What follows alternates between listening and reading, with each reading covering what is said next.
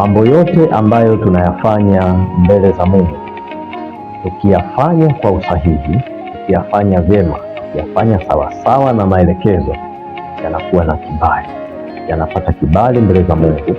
Mungu anayakubali, Mungu anayapokea. Maandiko matakatifu yanatuambia kwamba yanakuwa na thawabu. Ukisoma neno la Mungu kwenye ile Injili ya Mathayo ile sura ya 6 mstari wa 3, Yesu anaeleza thawabu ambayo ipo kwa mtu ambaye anatoa sadaka. Mstari wa 5, kwa mtu ambaye anasali. Mstari wa 16, kwa mtu ambaye anafunga. Na kote huko ametoa utaratibu, ni namna gani ya kutoa sadaka, ni namna gani ya kusali, ni namna gani ya kufunga. Ukiwa tunafanya mambo sawasawa na maelekezo ambayo Roho Mtakatifu anatupa, tunakuwa tumeyafanya yale mambo vyema, tumeyafanya kwa usahihi, yanapata kibali, yanakubalika mbele za Mungu, na Mungu anakuwa yuko kwenye nafasi nzuri sana. Kama kuna kitu anataka akifanye kwenye maisha yetu, basi inamuia wepesi na urahisi kufanya hilo jambo. Maombi hayategemei mfungo, wala mfungo hautegemei maombi. Sadaka haitegemei maombi, wala kusoma neno, tafakari ya neno haitegemei mfungo. Kila jambo lina uwezo wa kusimama peke yake. Cha msingi, neno la Mungu linasema utii ni bora kuliko dhabihu. Mungu ametuelekeza hii.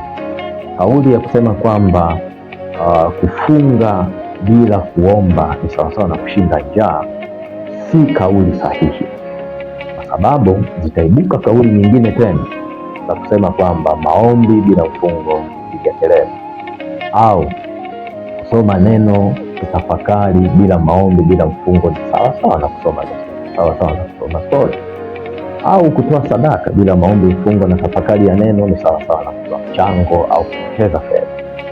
Ni kauli ambazo zinaweza zikaibuka kwa namna hiyo. Tuheshimu kila jambo ambalo Mungu anatuelekeza kufanya, na hakuna jambo ambalo haliwezi kufanyika lenyewe bila kutegemea jambo hili.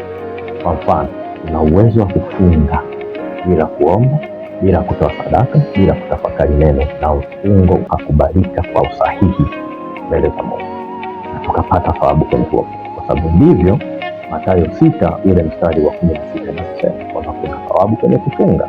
Sio kwamba kuna thawabu kwenye kufunga na kuomba, no, kuna thawabu kwenye kufunga, kama ambavyo amesema hapo juu mstari wa 5 kwamba kuna thawabu kwenye kuomba, kama vile vile ambavyo amesema kuna thawabu kwenye kutoa sadaka. Vyote vinasimama katika utimilifu wake. Kuomba na kufunga ni kitu kizuri, kufanya kwa pamoja. Kutoa sadaka, kufanya kwa pamoja. Tafakari, kufanya kwa pamoja ni kitu kizuri. Lakini ikitokea kwamba jambo moja limesimama lenyewe bila jambo jingine, usilitangue na kusema kwamba hilo jambo halina kibali mbele za Mungu au halina thawabu mbele za Mungu. Tunaona kwenye maeneo mengi kwamba wanasema kwamba funga bila maombi ni sawasawa kushinda njaa. Ni kauli ambayo ukisikia inatia moyo, ndio nakwambia kabisa kwamba ukifunga hakikisha unaomba. Ni kitu kizuri, lakini sio kauli sahihi. Unaweza ukafunga na Mungu akaupokea Mungu wako na ukawala thawabu. Sababu gani? Alikuelekeza. Kwa wewe ambaye Mungu amekuwa akizungumza na wewe kuhusu eneo la kufunga, kuomba, kutoa sadaka, utafakari ya neno isiyo vizuizi vya wewe kutokufunga. Unaweza ukafunga bila kufanya hayo mambo yote na Mungu akapokea huo mfungo. Na msingi tumsikilize Mungu. Sema funga na kuomba, funga na kuomba. Sema funga. Ukiomba sio mbaya, lakini ikitokea umefunga alafu hujafanya mengine, usijisikie vibaya na wala usitangie na kubatilisha huo mfungo.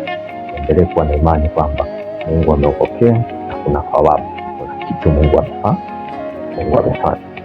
Shalom, watu wa Mungu. Mungu atubariki na kutunza.